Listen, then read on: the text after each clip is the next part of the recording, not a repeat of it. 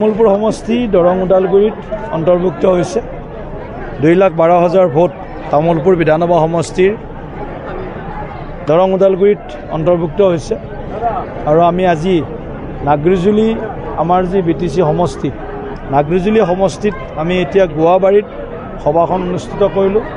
ইয়াৰ পিছতে আৰু 3খন সভা আছে বৰেশ্বৰ সমষ্টিৰ বিভিন্ন প্ৰান্তত।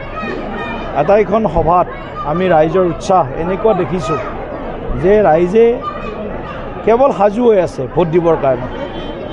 বিশেষকৈ তামোলপুৰ সমষ্টিৰ কথা মই কৈছোঁ।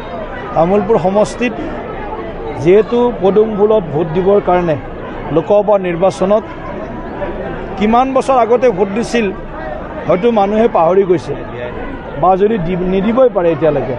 কোনোবাই এতিয়া এটা সময়ত দিছিল বিজেপিৰ গম নাপাওক, কিন্তু এতিয়া তেওঁলোকে প্ৰথমবাৰ বিজেপিৰ প্ৰতীকত তামোলপুৰৰ ৰাইজে লোকসভা নিৰ্বাচনত এগৰাকী প্ৰাৰ্থীক ভোট দিয়াৰ সুযোগ পাইছে। ৰাইজে বহুত দিনৰ পৰা আশা কৰি আছিল যে আমাৰ লোকসভাৰ প্ৰাৰ্থীজনক আমি পদুম ফুলৰ ছবিত ভোট দি জিকাই পঠাওঁ আৰু তেওঁলোকে এইবাৰ এই সুযোগটো পাইছে। গতিকে মোৰ বিশ্বাস আৰু মই এই যে ভোটাৰ ৰাইজ প্ৰায় 2,12,000 তেওঁলোকৰ যিটো মনৰ ভাৱ বা মনৰ উমান পাইছোঁ, তেওঁলোক সম্পূৰ্ণ সাজু হৈছে।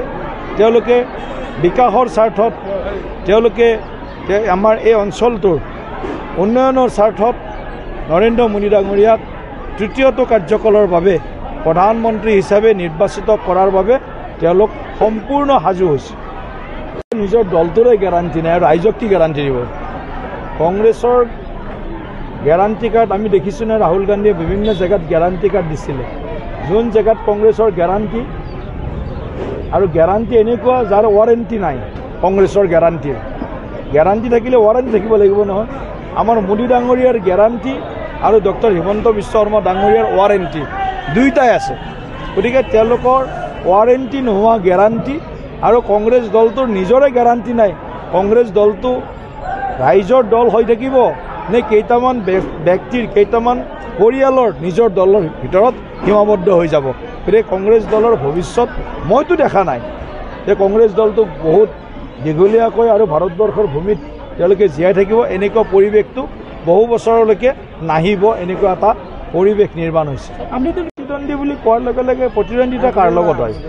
ফাৰ্ষ্ট আৰু ছেকেণ্ড পজিশ্যন যোনে পায় তেওঁলোকৰ মাজতে প্ৰতিদ্বন্দ্বিতা হয়।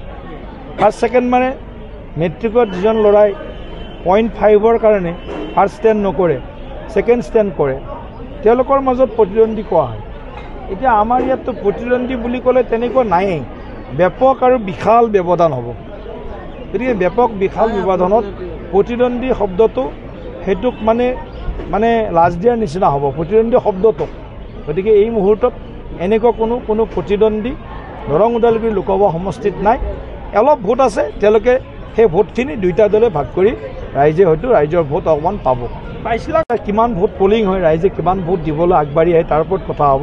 যিমান বেছি পলিং হ'ব সিমানেই বেছি মাৰ্জিন আমাৰ হ'ব। যিমান বেছি পলিং হ'ব, যদি আমাৰ 90% পলিং হয় তেনেহ'লে আমি বহুত বেছি ব্যৱধানত, অভূতপূৰ্ব ব্যৱধানত, আশা নকৰাতকৈ যিমান আশা কৰি আছোঁ ভিতৰে তাতকৈও বেছি ব্যৱধানত দৰং ওদালগুৰি লোকসভা সমষ্টিত NDA প্ৰাৰ্থী জয়ী হ'ব।